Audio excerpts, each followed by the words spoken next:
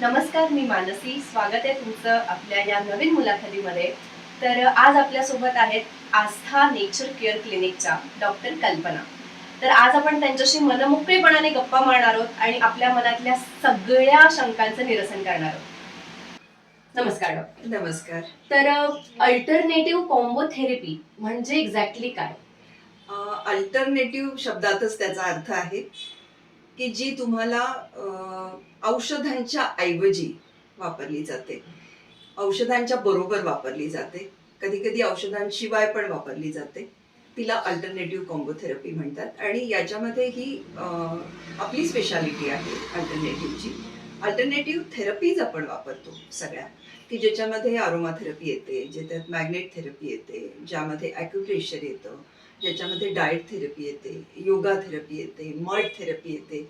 अनेक थेरपीज याच्यामध्ये येतात. जसं पेशंटला आजाराप्रमाणे ज्याची रिक्वायरमेंट असेल त्याप्रमाणे आपण त्या सगळ्या थेरपीचा वापर करतो. ओके. तुम्हाला याच थेरपीजमध्ये आपण पेशंटला ट्रीट करायचंय किंवा आपण यातच करिअर करायचंय किंवा यातूनच आपण सेवा करायची आपल्या पेशंटची, हे तुम्ही कधीपासून ठरवलं किंवा तुम्हाला कुठे असं क्लिक झालं की नाही मला आता हेच करायचंय? बरीच वर्ष झाली या गोष्टींना आता, की मला वाटतं एक 20 वर्ष तर नक्कीच झाली असती मी प्रॅक्टिस करते आहे. आणि मला असं जाणवलं की समाजामध्ये स्त्रियांना खूप गरज आहे, कारण त्या स्वतःकडे खूप दुर्लक्ष करतात. आणि आधी फॅमिलीला महत्त्व असतं, मुलांना महत्त्व असतं आणि नंतर त्या स्वतःचं महत्त्व त्यांना अगदीच खूप अडचण झाली तरच स्वतःचं महत्त्व आरोग्याचं पडतं. म्हणून मला नेहमी असं वाटायचं की आपण स्त्रियांकरता कुठलं तरी चांगलं क्लिनिक ठेवलं पाहिजे. आणि एक स्त्री दुसऱ्या स्त्री डॉक्टरकडे आली की ती खूप मनमोकळेपणाने बोलते. आणि ह्या आपल्या थेरपीचं वैशिष्ट्य असं आहे की आपण पेशंट ट्रीट करतो, आजार नाही.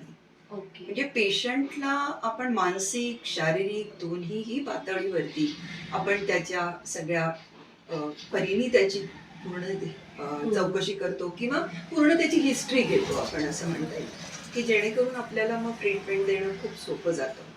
अच्छा. त्यामुळे याचे रिझल्ट्स पण आपल्याला खूप चांगले मिळतात. ओके. आणि ह्या सगळ्याचं शिक्षण तुम्ही कुठून घेतलं? ॲक्च्युली याचं शिक्षण मी वेगवेगळ्या 2-3 इन्स्टिट्यूट्समधनं घेतलं. पहिली इन्स्टिट्यूट जी होती ती होती एक लंडनची एक इन्स्टिट्यूट आहे.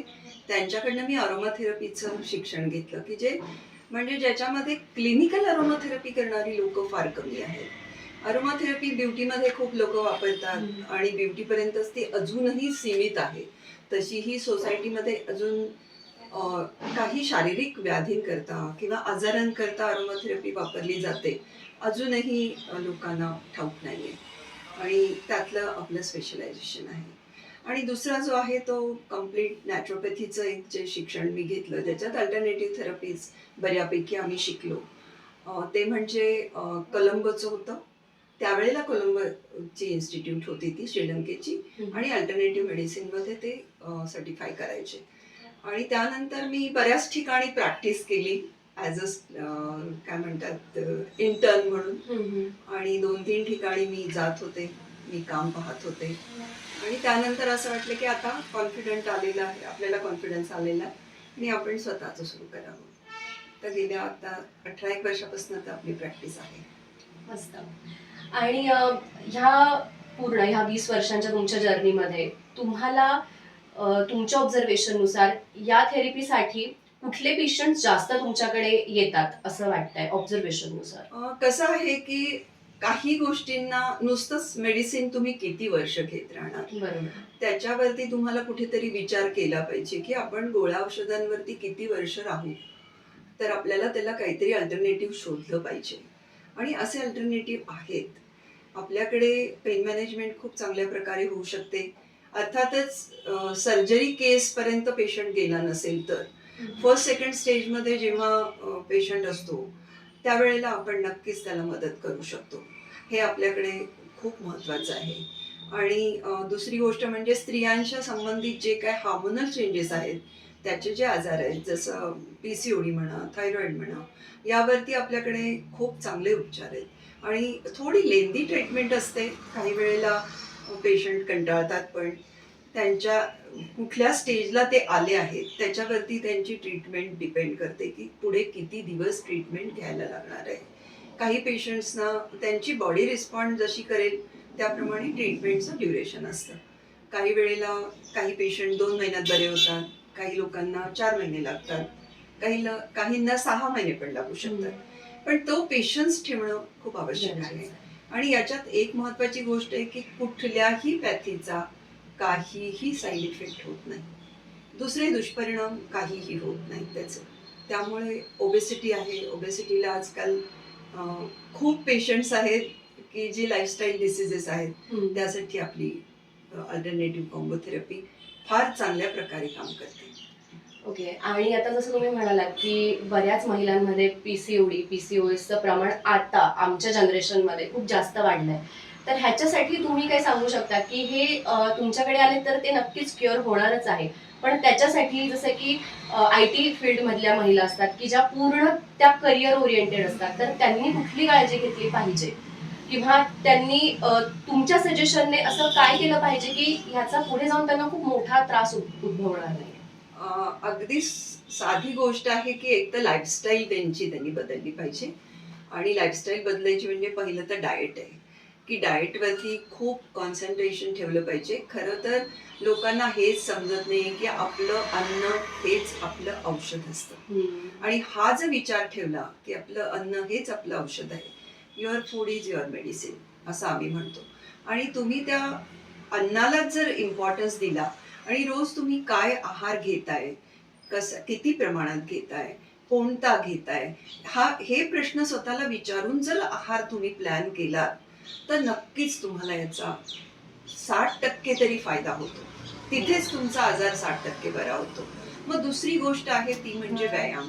आणि व्यायामामध्ये मला विचाराल तर मी सांगेन योगासनासारखा दुसरा पर्याय नाही.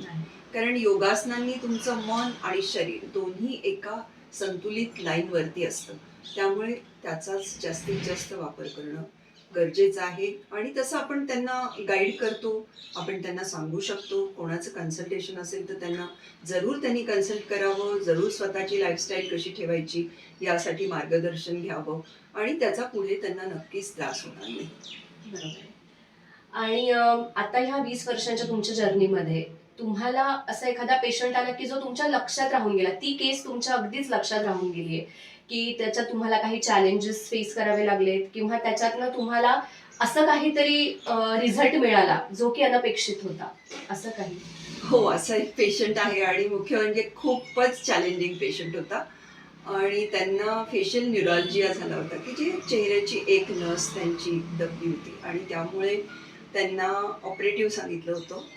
ते पण त्यांना स्पेशालिस्टनी सांगितलं होतं, न्यूरोलॉजिस्टनी, की तुम्ही ऑपरेटिव्ह करा. पण त्या ऑपरेटिव्हमध्ये किती सक्सेस मिळेल हे आम्ही सांगू शकत नाही. आणि ज्या वेळेला हा पेशंट माझ्याकडे आला त्यावेळेला त्याचं वय होतं 62-63 वर्ष असेल. आणि त्या बाईंना फॉर्च्युनेटली खूप चांगली गोष्ट होती की बीपी डायबेटीस असं काही नव्हतं. आणि मग त्यांच्या एक नातेवाईक आहेत, जी माझी मैत्रीण होती, तिने माझं नाव सजेस्ट केलं. आणि त्यांची अवस्था इतकी वाईट होती की त्या माझ्या क्लिनिकपर्यंत येऊ शकत नव्हत्या. मी त्यांच्या घरी गेले, त्यांना तपासलं, पाहिलं आणि मग मी त्यांना सांगितलं की तुम्ही यातनं प्रयत्न तर नक्कीच करून बघू शकता. मला रिझल्ट मिळतील याची खात्री आहे. तुम्ही विश्वास किती ठेवता यावरती आहे. आणि तुम्हाला खूप मेहनत घ्यावी लागेल. म्हणजे मी तुम्हाला गाईडलाईन देऊ शकते, पण जो काही डाएट मी सांगेन किंवा ज्या पद्धतीने त्यांना ते सगळं रोजचा डाएट द्यावा लागेल औषध म्हणून, ते सगळे कष्ट तुम्हाला आहेत. तर बघा आता. आणि मेडिसिन्स पण आपण दिले त्यांना. त्याच्यात आपण होमिओपॅथी त्यांना दिलं होतं त्याच्या बरोबरीने. आणि खूप खूप फरक पडला. त्यांना 15 दिवसातच त्यांना त्या नसेमुळे जो काही त्रास होत होता की त्यांना खाता येत नव्हतं, बोलता येत नव्हतं आणि अनेक त्रास होते त्यांना. त्यामुळे त्याच्यात 15 दिवसातच खूप फरक पडला आणि त्यांचा खूप विश्वास माझ्यावर बसला. आणि नंतर त्यांनी ते औषध जवळजवळ 6-1 महिने घेतलं. थोडं नंतर डोस कमी झाला, पण 6 महिने घेतलं आणि त्या पूर्ण बऱ्या झाल्या. मग त्यानंतर मी त्यांना सांगितलं होतं की ज्या वेळेला तुमची काही दाताची वगैरे ट्रीटमेंट होईल त्यावेळेला तुम्हाला हा त्रास परत उद्भवू शकतो, तर तुम्ही तेवढी काळजी घ्या आणि त्यावेळेला मला काही त्रास झाला तर परत फोन करा किंवा भेटा. ही खूप चॅलेंजिंग केस होती आणि तो माझ्यासाठी फार फार महत्त्वाचा पेशंट आहे की त्याचं आज खूप मोठं ऑपरेटिव्ह टळून त्यांना पुढे मग मला वाटतं त्या 72-73व्या वर्षी काहीतरी शी पास्ट अवे, पण तोपर्यंत त्यांना परत कधीही त्रास झाला नाही. मस्त, ग्रेट. कारण कसं होतं ना, ह्या बऱ्याच आजारांमध्ये ना, जसं तुम्ही म्हणालात की आधी आम्ही त्यांच्या मानसिकतेवर सुद्धा उपचार करतो, तर बऱ्याचदा हे मोस्टली महिलांमध्ये बघायला मिळतं आपल्याला की त्यांना हार्मोनल चेंजेसमुळे ते मेंटली पण त्या डिस्टर्ब असतात. काही काही स्त्रियांमध्ये आपल्याला दिसतं की त्या त्यांच्या स्थूलतेमुळे डिस्टर्ब असतात. काही काही स्त्रियांचं जे हार्मोनल इम्बॅलन्स असतो त्यामुळे त्यांच्या चेहऱ्यावर येणारे पिंपल्स, त्यांच्या सौंदर्याला थोडासा लागणारा धक्का, यामुळे त्या डिस्टर्ब असतात. तर त्यांचा जो सुरुवातीला जो मानसिक उपचार आहे, जसं तुम्ही म्हणालात, तर तो तुम्ही कसा करता? आपल्याकडे मानसिक उपचार म्हणजे आपण एक जर्मन थेरपी करतो, ज्याला म्हणतात बॅच फ्लॉवर थेरपी. आजकाल ती खूप प्रसिद्ध झालेली आहे, बऱ्याच लोकांना त्याबद्दल माहिती आहे आणि ती मेडिसिन्स जी असतात ती होमिओपॅथी सारखी असतात, तशीच बनवली जातात. वाईल्ड फ्लॉवर्सपासून ही मेडिसिन्स बनवली जातात सगळी. 38 प्रकारचे वाईल्ड फ्लॉवर्स आहेत आणि डॉक्टर बाख ज्यांनी ही थेरपी शोधून काढली, त्यांचं म्हणणं असं आहे की माणसाचे जेवढे निगेटिव्ह मूड्स आहेत हे सगळे त्या 38 फ्लॉवर्समध्ये, त्या फुलांमध्ये आहेत आणि ते परफेक्ट फूल चूज केलं तुम्ही औषधासाठी तर त्याचा निगेटिव्ह मूड नक्कीच आपल्याला क्युअर करता येतो, बरा करता येतो आणि याचे रिझल्ट्स वंडरफुल आहेत. मी मध्यंतरी मतिमंद मुलांच्या ऑटिझमसाठी एक स्कूल आहे, तिथे मी जात होते 1 वर्षभर. त्या मुलांना पण त्याचा खूप फायदा झाला होता. ती हायपर होतात, एकदम चिडतात. म्हणजे अशा पेशंट्सना जो होतो तर नॉर्मल पेशंटना तर नक्कीच होतो. त्यामुळे त्याचे रिझल्ट्स फारच चांगले आहेत. आपल्याला पेशंटची हिस्ट्री घेतल्यावर कळतं की यांना काहीतरी मानसिक ताण आहे. तर मानसिक ताण त्यांनी मग आम्ही त्यांच्याकडनं डिफाईन करून घेतो हिस्ट्रीमधनं, बोलून काउन्सिल करून. मग आम्हाला कळतं की एक्झॅक्टली काय कारण आहे आणि मग त्याप्रमाणे आम्ही त्यांना त्या फ्लॉवर्सचं मेडिसिन देतो आणि त्याच्यातनं त्यांना खूप फायदा होतो. ओके. आणि काही जे आजार असतात ते आपल्या वंश परंपरेपासून चालत आलेले असतात. म्हणजे समजा माझ्या आई-बाबांना जर बीपी, डायबिटीस असेल, तर ते मला किंवा माझ्या भावाला, आमच्या मुलांना पण होऊ शकतं. तर अशा केसेसवर सुद्धा ही थेरपी काम करू शकते का? हो, नक्कीच करू शकते. कारण कसं आहे की अर्ली स्टेजमध्ये जर तुम्ही प्रिव्हेंटिव्ह म्हणून जर लगेच लक्षात आलं आणि तुम्ही जर भेटायला आलात काउन्सिलिंगला, तर तुम्हाला नक्कीच याचा आम्हाला गायडन्स देता येतो आणि फायदा होऊ शकतो. काय होतं की अनुवंशिक जरी असलं तरी काही प्रमाणात त्यांनी केलेल्या चुका जर आपण टाळल्या आपल्या डाएटमध्ये किंवा एक्सरसाइज करणं, डाएट पाळणं किंवा आपण मनाने प्रसन्न राहणं, आनंदी राहणं हे खूप गरजेचं आहे. खूप अवघड आहे, ती तारेवरची कसरत आहे. आपल्याला शेवटी आपल्या आयुष्यामध्ये प्रॉब्लेम्स तर असणारच. असा एकही माणूस नसेल की ज्याला काही प्रॉब्लेम्स नाही. पण ते हँडल करताना आपण कशा प्रकारे करतो याला खूप महत्त्व आहे आणि त्याच्या हँडलिंगमधनं आपण जे काही आपल्याला निगेटिव्ह आपले मूड्स तयार होतात त्याच्यावरती आपल्याला कंट्रोल करता येणं गरजेचं आहे. म्हणूनच मी वारंवार सांगेन की अशा वेळेला तुम्हाला प्राणायाम आणि योगा हे खूप मदत करतं. बरोबर. म्हणजे योगा सुद्धा आपल्या या थेरपीचाच एक भाग हो, म्हणून आपण सजेस्ट करा. योगासनं नाही शिकवत. ॲक्च्युअली कसं असतं की ज्या पेशंटला त्याच्या आजाराकरता जे काही आसनं आवश्यक आहेत, प्राणायाम आवश्यक आहे, तेवढा त्यांना आपल्याकडे 3 ते 4 दिवसाचं सेशनमध्ये शिकवला जातो. ओव्हरऑल मला हे कळलं की आपण जे काही ट्रीटमेंट देतोय त्या नैसर्गिक पद्धतीने आपण आपल्या पेशंटला देतोय. तर हे खूप पूर्वीपासून चालत आलेलं आहे. जसं की आयुर्वेदात सुद्धा हेच असतं की जेवढं नॅचरल आपल्याला पेशंटला देता येतं तेवढं आपण देतो. जेवढं निसर्गाशी संबंधित आपल्याला त्याला ठेवता येतं तेवढं आपण ठेवतो.